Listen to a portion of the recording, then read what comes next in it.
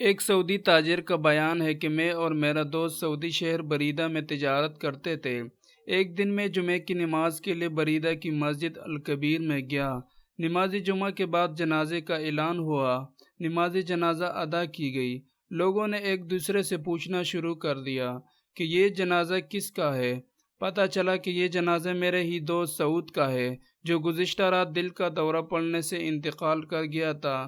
مجھے سن کر انتہائی صدمہ پہنچا۔ یہ 1415 ہجری یعنی کوئی 22 برس پہلے کی بات ہے۔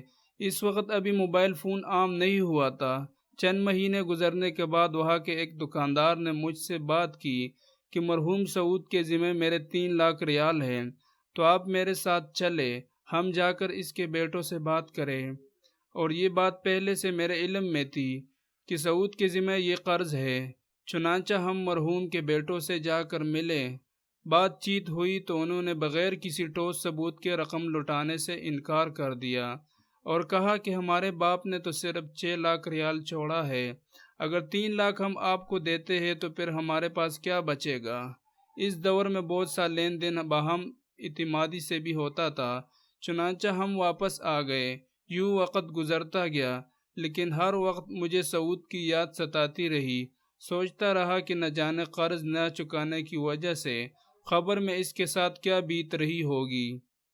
ایک دن میں نے اپنے پیارے دوست کا قرض اتارنے کا عزم کر لیا۔ اس ارادے کے بعد پھر مجھے 2 دن تک نیند نہیں آئی۔ جب بھی میں سونے کے لیے آنکھیں بند کرتا تو سعود کا مسکراتا چہرہ میرے سامنے آ جاتا، گویا وہ میری مدد کا منتظر ہو۔ تیسرے دن میں اپنے عزم کو عملی جامہ پہناتے ہوئے اپنی دکان سامان سمیت فروخت کر دی اور دیگر جمع پونجی اکٹھی کی تو میرے پاس 4,50,000 ریال جمع ہو گئے۔ تو فوراً 3 لاکھ ریال سے دوست کا قرض ادا کیا، جس سے مجھے دلی سکون ملا۔ اس ادائیگی کے 2 ہفتے بعد وہی شخص جس کو میں نے 3 لاکھ ادا کیے تھے میرے پاس آیا اور کہنے لگا کہ مجھے پتہ چلا ہے کہ آپ نے اپنا سب کچھ بیچ کر یہ پیمنٹ کی ہے، لہٰذا میں 1 لاکھ ریال سے دستبردار ہوتا ہوں۔ یہ کہہ کر اس نے 1 لاکھ ریال مجھے واپس کر دیا اور مارکیٹ میں دوسرے تاجروں کے ساتھ بھی اس واقعے کا تذکرہ کیا کہ مخلص دوست نے کمال کی مثال قائم کر دی ہے۔ چند دن گزرے کہ ایک تاجر کا فون آیا۔ اس نے پیشکش کی کہ میرے پاس 2 دکانوں پر مشتمل ایک سٹور ہے جو میں آپ کو بلا معاوضہ دینا چاہتا ہوں۔ میں نے اس کی پیشکش کو قبول کیا، مزدور لگا کر دکانوں کی صفائی کی۔ اسی دوران سامان سے لدا ہوا ایک بڑا ٹرک دکانوں کے سامنے آ کر رکا، جس میں سے ایک نوجوان نیچے اترا۔ سلام کے بعد کہنے لگا کہ میں پلا تاجر کا بیٹا ہوں، یہ سامان میرے ابا جان نے بھیجا ہے اور کہا ہے کہ سامان بیچ کر اس کی نصف قیمت آپ ہمیں لوٹا دینا اور باقی آدھا مال ہماری طرف سے گفٹ ہے، اور آئندہ جتنا مال کی ضرورت ہو ہم سے ادھار لے کر فروخت کر کے پیمنٹ کر دیا کرے۔ لوگ جنہیں میں نہیں جانتا تھا چاروں طرف سے میرے ساتھ تعاون کے لیے اٹھ کھڑے ہوئے اور تھوڑی ہی عرصے میں میرا بزنس پہلے سے دگنا ہو گیا۔